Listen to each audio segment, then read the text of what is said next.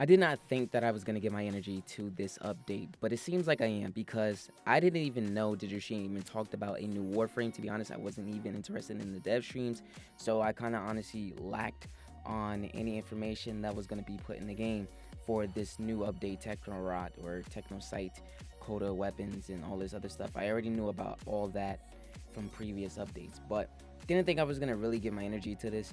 And until they added a new Warframe here that I just found out by someone actually playing it and saw it in the market, I had to go purchase it. Immediately got to playing him because, you know, F it, why not, right? I was gonna do some farming for the techno site weapons, but I saw this dude, so I said, okay, I guess this is gonna give me my first attention. And I have to say, this Warframe is actually crazy. Like, this is like a better Ember all in one with just many things, right? So the first thing you have is his first ability, which is like a world on fire ability, you can basically say. And it just plays a huge part. And that caught me by surprise. That really caught me by surprise because I thought, well, this does seem like a, you know, Word on Fire ability. Why did they kind of trip that from Ember? But it is what it is, you know, because we got a great Warframe that kind of now gets that Word on Fire ability. Then we got the second ability, which is basically like a buff for critical chance, but it only applies to the enemies that are inflicted by the ability. So it's going to increase that, also doing some heat damage as well, but you know, not too much, but it is going to give you that critical chance buff. But you also want to keep tapping it, because the more you tap it, the more the critical chance goes up. So you want to keep kind of tapping it, so you get more critical chance boost. So that's a good thing about this ability. The third ability is basically like an invulnerable overshield ability. It's supposed to also give you this great heat damage, like really powerful heat damage. I don't really see much of that. I might be blindsided by this ability, and I don't really see much great in it, but I'm trying to see the best of all sides. So I don't know if I really want to keep this ability or not, because I think he's strong enough, especially with the second ability that's going to increase a bunch of critical chance. The fourth ability is what you see in his hand right now. This is his guitar called Lizzie. Lizzie is his flamethrower, his great Ignis Wraith, you can call it, okay? And it does give you some great damage. It's got great critical chance, and you're gonna see a whole build for it anyways. But Lizzie, of course, is going to run off that bar meter you see right there, all right? And it goes down. So this impacts no power energy at all. Your power, none of that.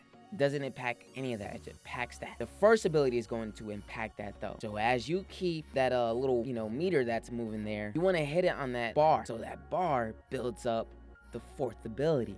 Not only that, but it also plays a part in the third ability, which is going to keep that duration above it. The Madi is going to be amazing for his Lizzie build and his build in general.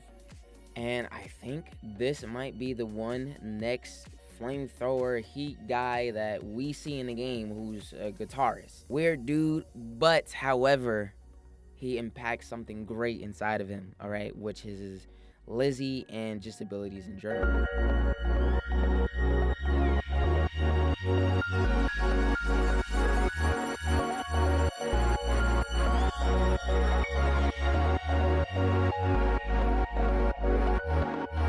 To give you some insight on Temple build, he is going to have somewhat of duration on here. Now you probably don't really need it because of the fourth ability, and not only that, but the third ability doesn't really need it because of the first ability. First ability is going to keep that above everything, like literally duration is going to keep going up, so it doesn't really matter if you want it on there or not. So really don't need it, but it's okay, you can throw it on there. But everything is really strength, range, and somewhat duration. This might not align with you on your build and maybe how you want it, because maybe you see ability that you like, so you're going to focus on that ability instead of many others. I was focused on many other abilities that were in here because they are pretty great. So that's why I have a lot of strength, maybe some duration, maybe not, range.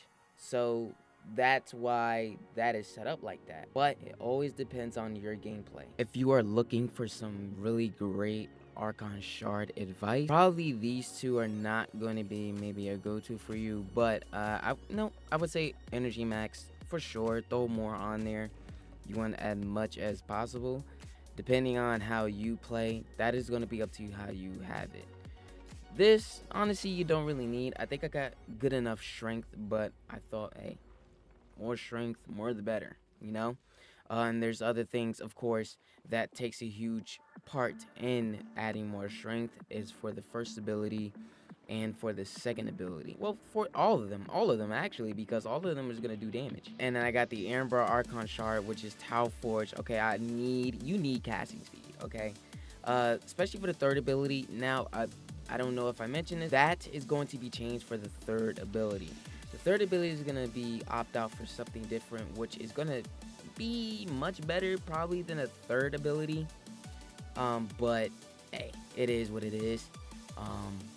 But yeah, you know, it's a thought that I had. So it might not really happen because of the heat damage that needs to be on here.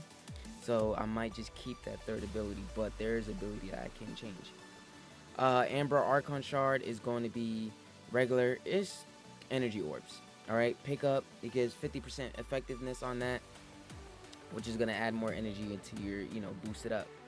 Now the last Archon shard, which I am going to throw in here, might not need this mainly, all right, for the energy orb, but I like it, so I'm going to use it. If you don't want that, you can actually use these 2 slots for the orange shard, which on there is going to be a critical chance effectiveness for heat damage, which is going to play a huge part. So definitely don't waste it on the regular version. Get the Tower Forge version, which is going to take a lot of grinding to get. All right, because you're going to need this, and I think you're going to need the red one. Let me know what you guys think about tempo and the builds in the comments below. Hit that like button if you enjoyed today's video, and subscribe if you're new to the channel. Follow me on all social medias. Links are in the description. Keep sharing the videos. Love you guys so much, and I'm going to see you all in the next video.